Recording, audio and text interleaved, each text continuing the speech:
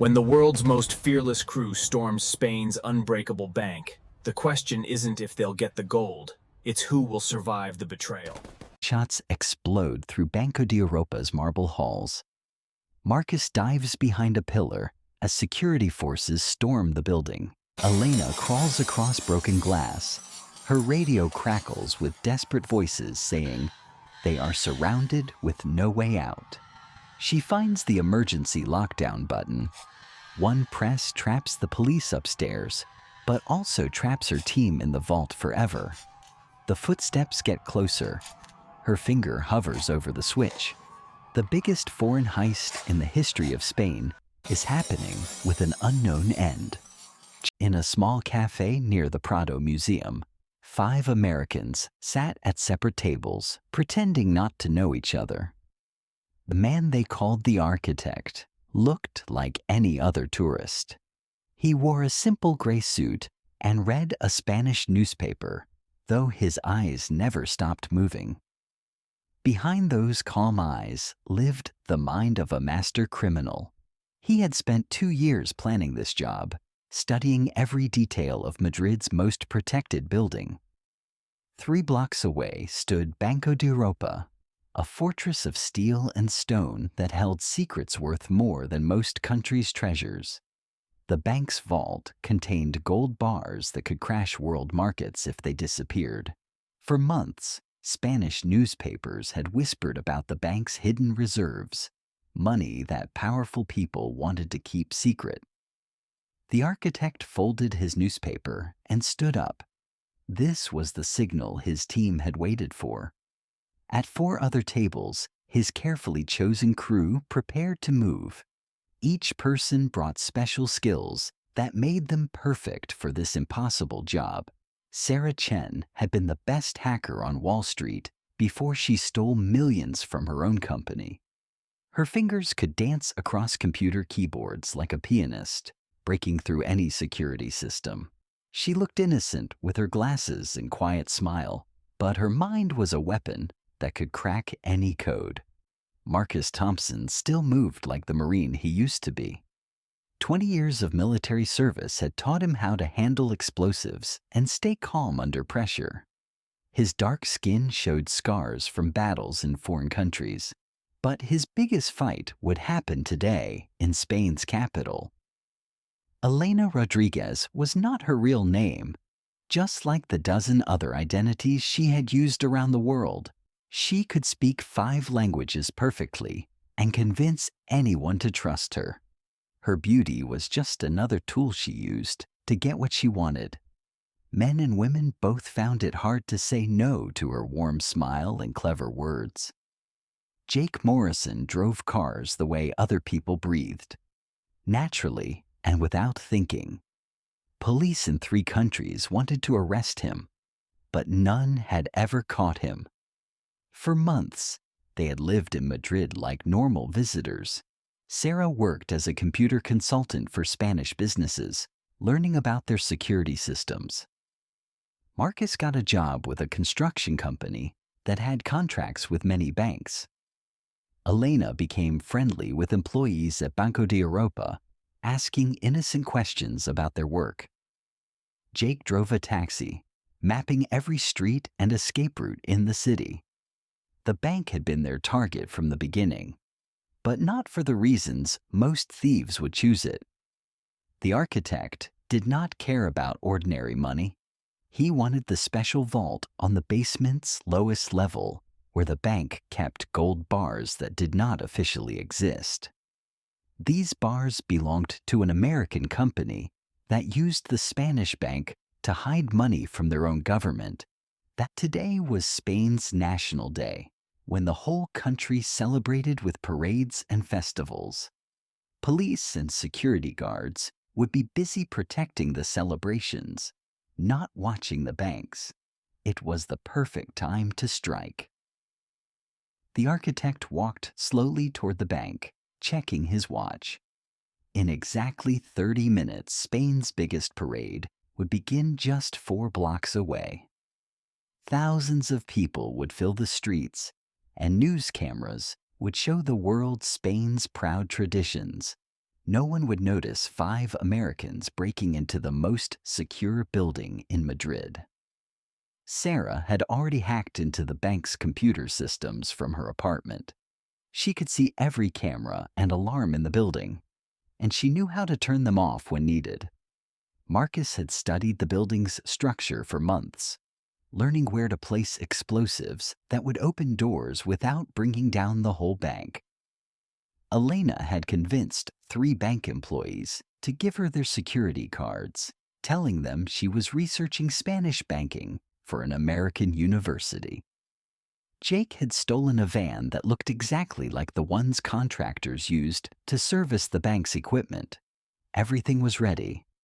The architect looked up at the bank's windows, which reflected the morning sunlight like mirrors.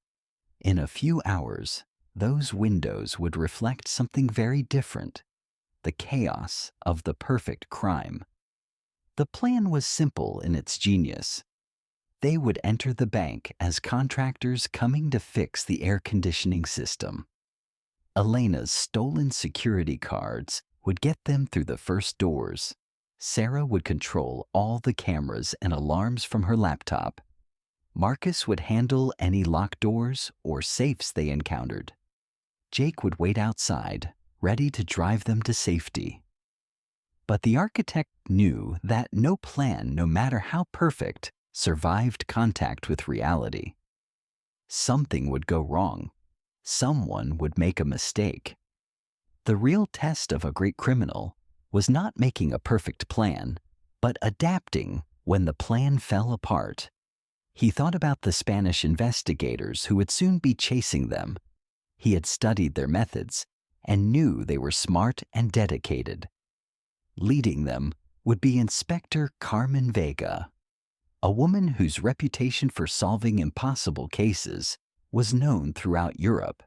She had never failed to catch a criminal who challenged her, and the architect looked forward to matching his mind against hers. The morning air carried the sound of drums from the approaching parade.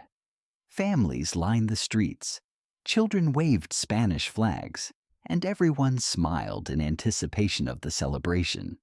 None of them knew that in a few hours, their peaceful day would become the most famous bank robbery in Spanish history. The architect reached into his pocket and pressed a button on his phone. Across the city, 4 other phones vibrated with the same message. The message simply read, "Begin." The perfect crime was about to become reality. Where are you watching from? Share this video with your countrymen and drop your country's name in the comments. The contractor's van pulled up to Banco de Europa's service entrance at exactly 10:47 a.m.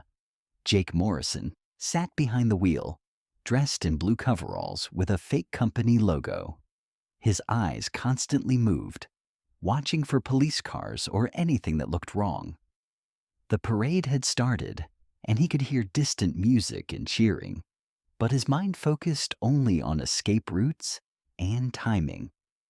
Marcus Thompson climbed out of the van's back doors, carrying a toolbox that contained much more than tools. Hidden beneath screwdrivers and wrenches were carefully shaped explosive charges, electronic devices, and lock-picking equipment. He moved with the steady confidence of someone who belonged there, just another worker fixing something that was broken. Elena Rodriguez walked beside him, wearing a business suit and carrying a clipboard. She had spent weeks perfecting her Spanish accent for this role, a manager from the American company that maintained the bank's systems. Her smile looked natural and friendly, hiding the nervous energy that buzzed through her body like electricity. Sarah Chen sat in a rented apartment 6 blocks away, her fingers dancing across 3 different keyboards. Computer screens showed her everything happening inside the bank: security cameras, alarm systems, employee locations, and the building's electronic blueprint. She had spent months learning the bank's computer language, and now she spoke it perfectly. The architect remained in his hidden command center In an abandoned warehouse on Madrid's outskirts, radio headsets connected him to his team, and multiple screens showed him feeds from Sarah's hacking and news reports from the parade. He was the brain that would guide them through every step of what came next. Elena approached the security guard at the service entrance, her Spanish smooth and professional. She explained that they needed to check the air conditioning systems on the lower floors because of complaints about temperature problems. The guard looked at her stolen identification cards, compared them to his computer screen, and found everything in perfect order. Sarah had made sure of that.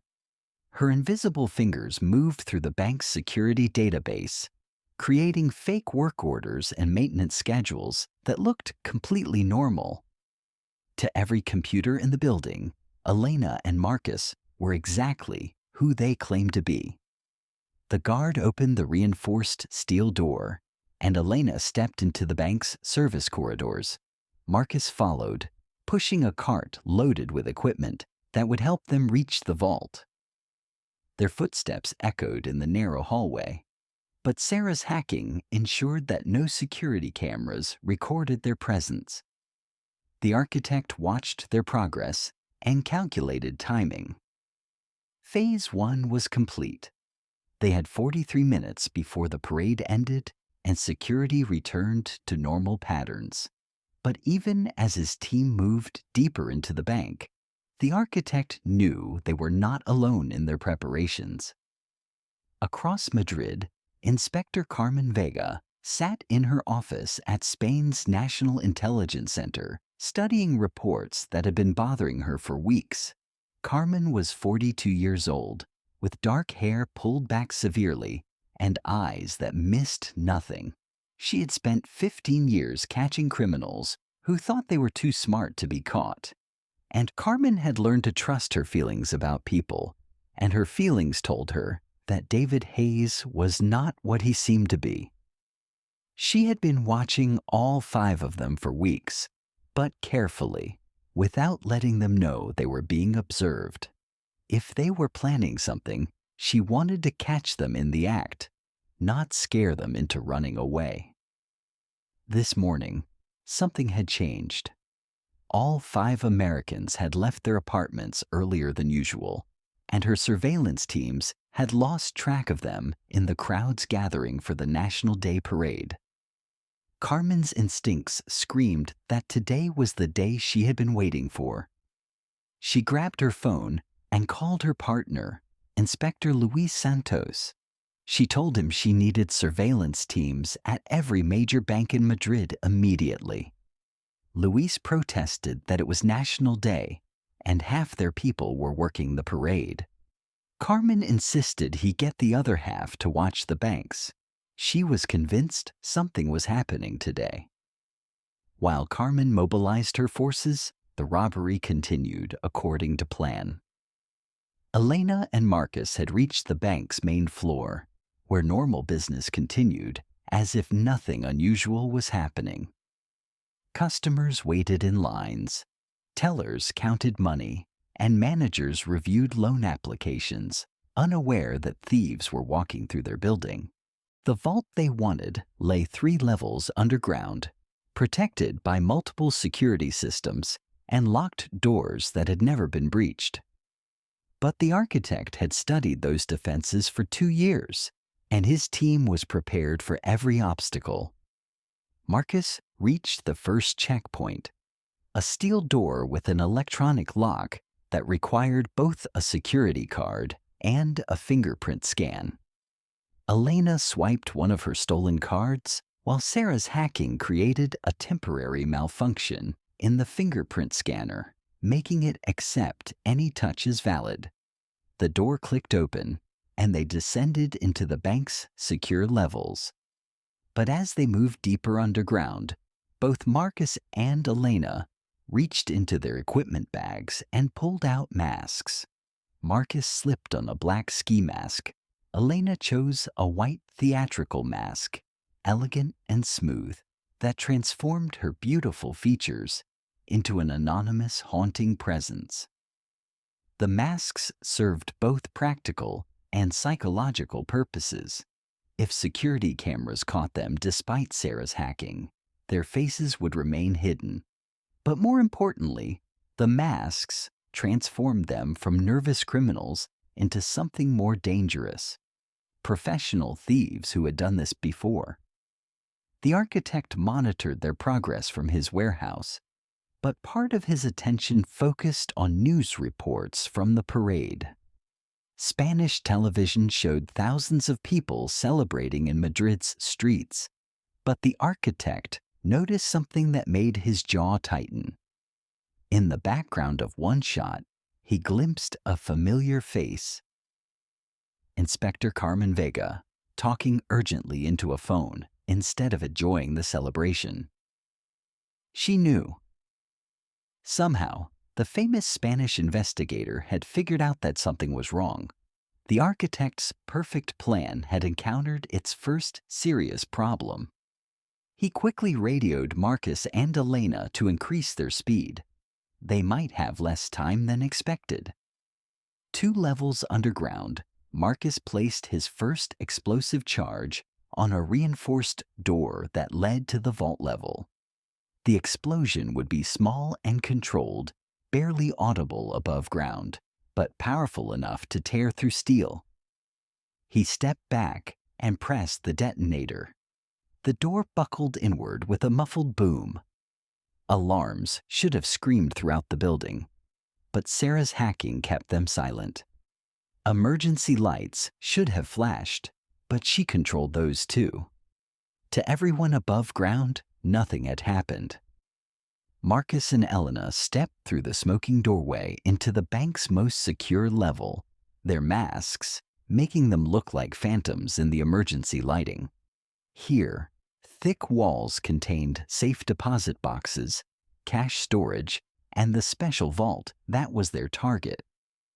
The air smelled of concrete dust and metal, and their footsteps seemed to echo forever in the narrow corridor.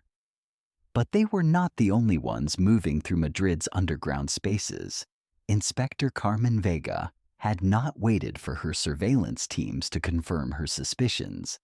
She was already in her car, racing toward Banco de Europa with her partner Luis and a team of Spain's best tactical officers. Carmen's phone buzzed with reports from across the city. Her teams had found the abandoned apartments where the 5 Americans had been living. In each one, they discovered evidence of careful planning, maps of Madrid, photographs of banks, and detailed schedules of security routines.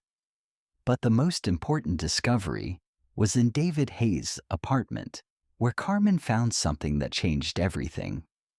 Hidden behind a false wall was a room filled with computers, surveillance equipment, and photographs. The photographs showed the interior of Banco de Europa, including areas that the public never saw. In the center of it all was a single photograph of a gold vault that officially did not exist, with a handwritten note. The note read, "They destroyed my life. Today, I destroy theirs."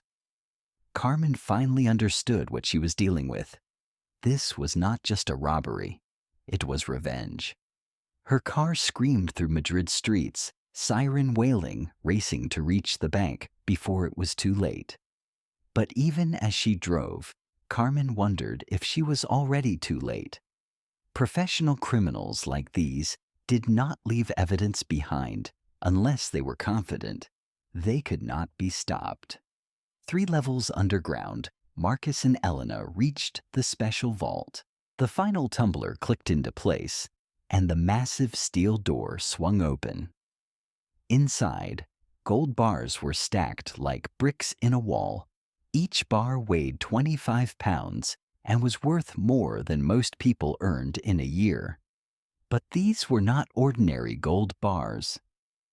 These belonged to Meridian Corporation, an American company that had hidden them in Spain to avoid taxes and government oversight. The architect's voice crackled through their radio headsets, instructing them to load everything. They had 12 minutes to leave.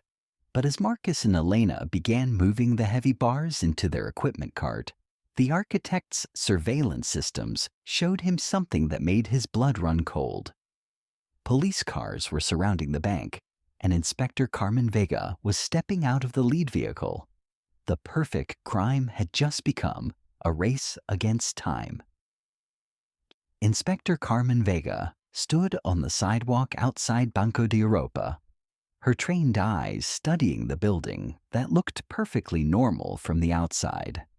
No broken windows, no signs of forced entry, no indication that anything unusual was happening inside.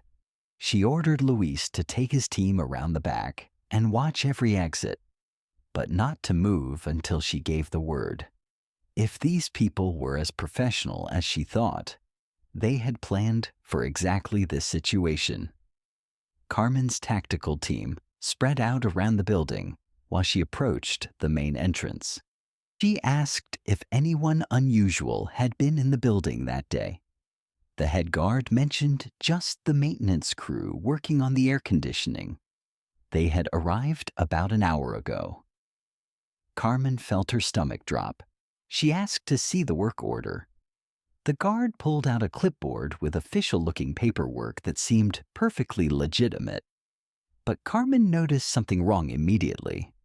The repair company's phone number had him a Madrid area code, but the address was in Barcelona. No repair company would travel that far for routine maintenance. She asked where they were working. The guard explained they were on the lower levels, investigating temperature complaints. Carmen grabbed her radio and announced to all units that they had confirmed hostile presence in the building. The subjects were 3 levels underground, and all teams should approach with extreme caution.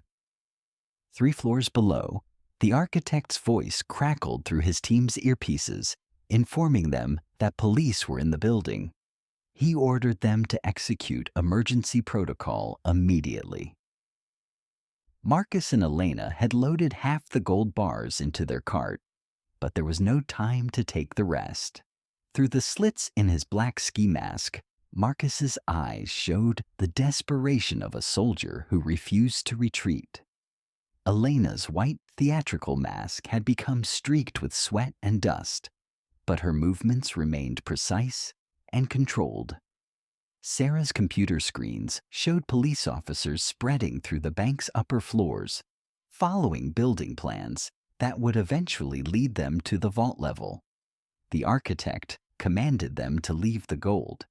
Their lives were worth more than any treasure. But Marcus was not ready to give up.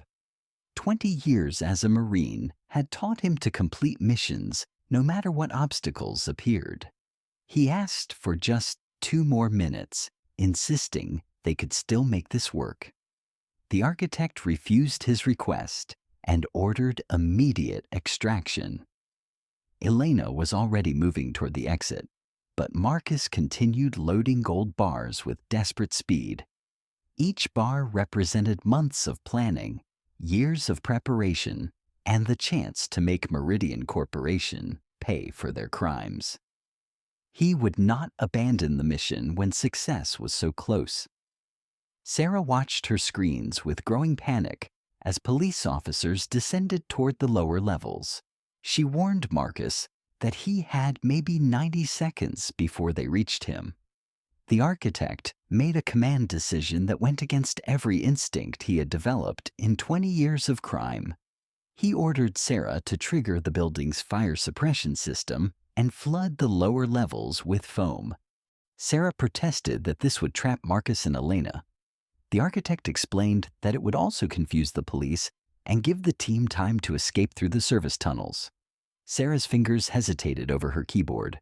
She had joined this crew because the architect promised that no one would get hurt, that this would be a clean robbery without violence or innocent victims. But now her teammates were about to be caught by Spanish police, and her actions could save them or condemn them. She pressed the keys. Throughout Banco de Europa, fire alarms screamed to life. Sprinkler systems activated on every floor, soaking employees and customers who ran toward the exits in panic. But on the lowest level, something different happened. Jets of white foam erupted from ceiling nozzles, filling the corridors with thick, blinding chemical clouds. Carmen cursed as the foam swirled around her tactical team. The fire suppression system was designed to fight electrical fires by removing oxygen from the air, but it also made vision impossible and breathing difficult. Her officers stumbled through the white clouds, following the walls with their hands, unable to see more than a few inches ahead. The same foam that blinded Carmen's team created the perfect cover for Marcus and Elena's escape.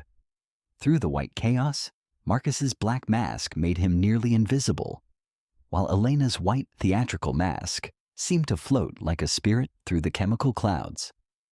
Marcus abandoned the remaining gold and followed Elena through corridors he had memorized during months of preparation.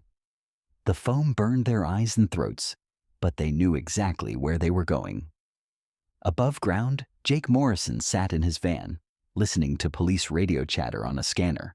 Multiple units were converging on the bank, and he could see officers taking positions around the building. The original escape plan called for him to pick up his teammates at the service entrance, but that was no longer possible. The architect's voice came through his earpiece, directing him to proceed to backup extraction point 3. Marcus and Elena would meet him there. Jake started his engine and pulled away from the bank, driving carefully through streets filled with celebrating families. He could not afford to attract attention by speeding or breaking traffic laws, even though every instinct told him to run as fast as possible. Backup extraction point 3 was a parking garage 6 blocks from the bank, connected to the old subway tunnels through a maintenance shaft that only city engineers knew existed. Sarah packed her computers into a bag and prepared to abandon her apartment. Police would eventually trace the hacking back to her location, but by then, she would be gone. The architect had promised all of them new identities and safe passage out of Spain if the job went wrong, and now it was time to collect on that promise. But Sarah felt something she had not expected: guilt. She had joined this crew for the money and the challenge, but during 6 months in Madrid, she had grown to like the city and its people. Now those people were running in panic from a building she had helped to attack, and she could not pretend that was just business.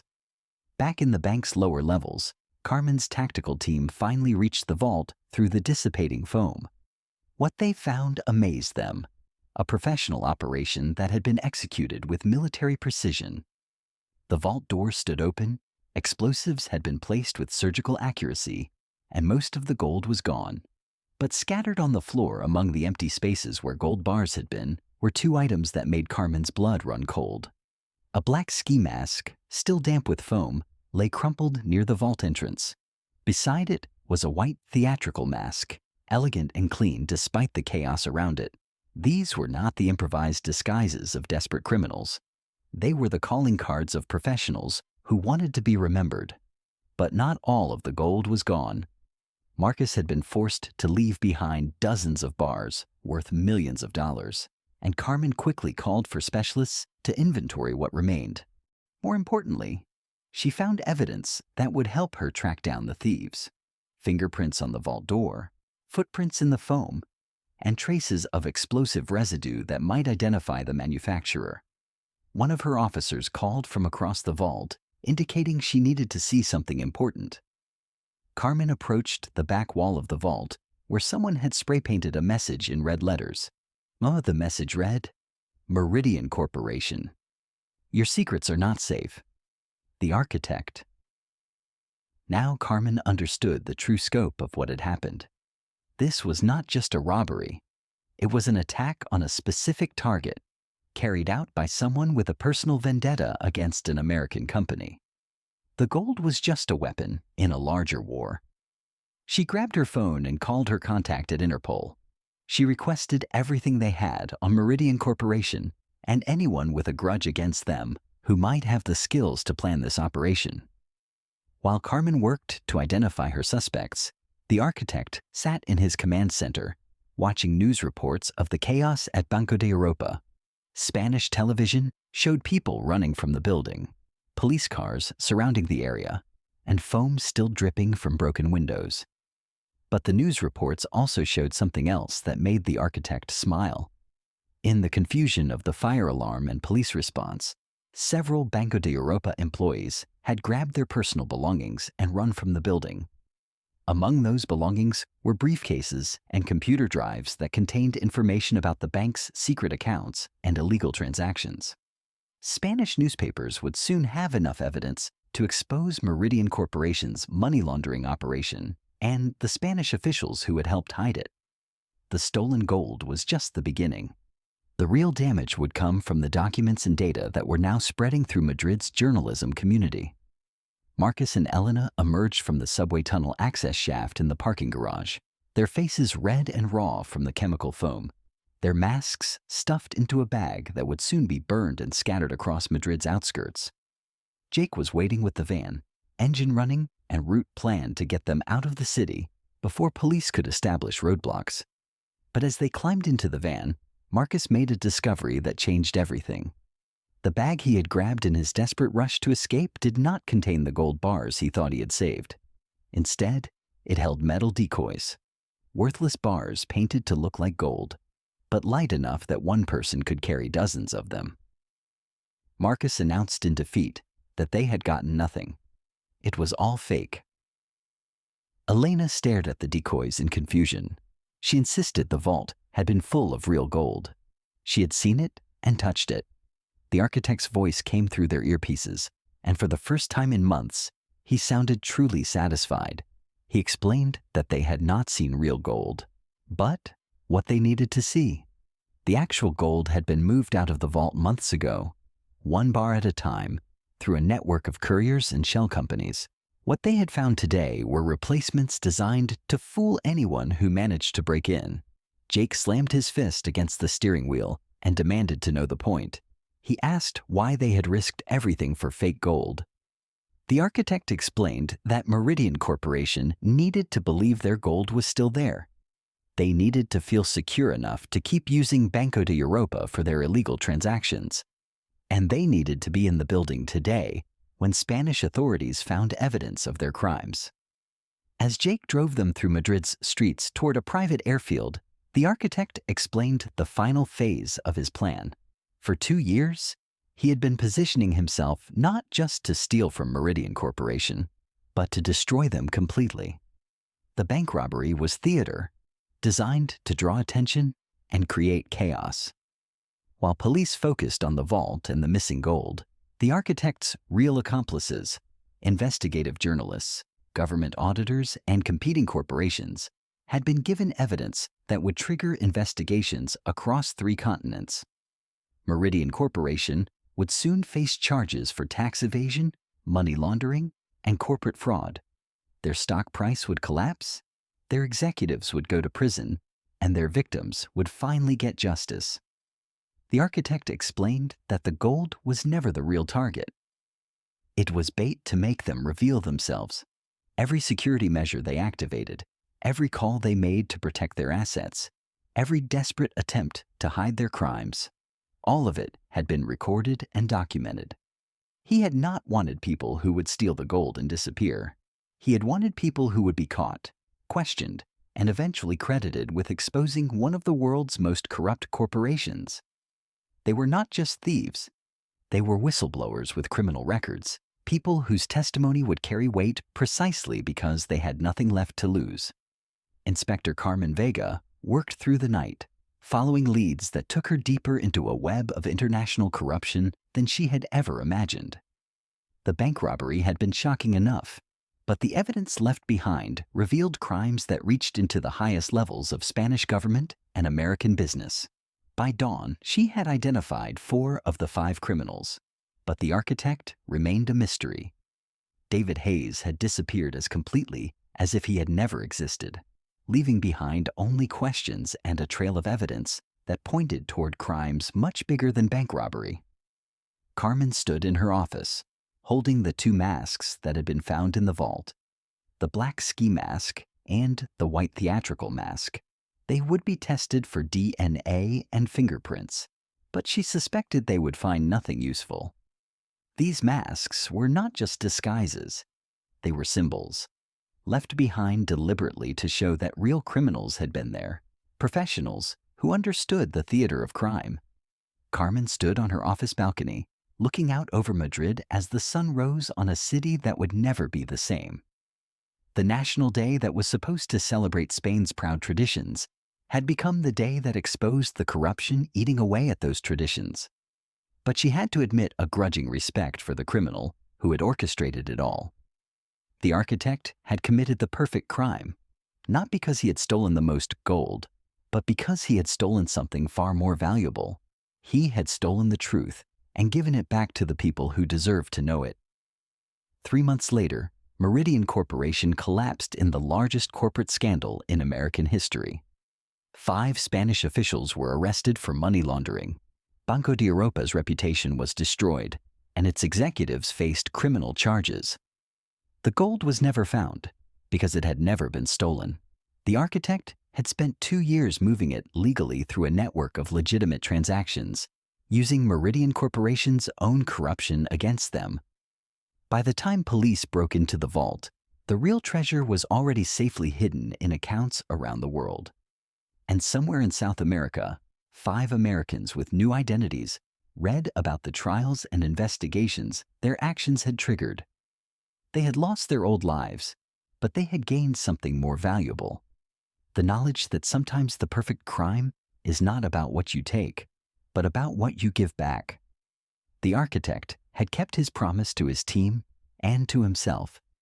The people who had destroyed his life were now facing justice, and the world was a little bit more honest than it had been before. In Madrid, the 2 masks from the vault were displayed in a special exhibit at the police museum. The black ski mask and the white theatrical mask that had become symbols of one of Spain's most famous unsolved crimes.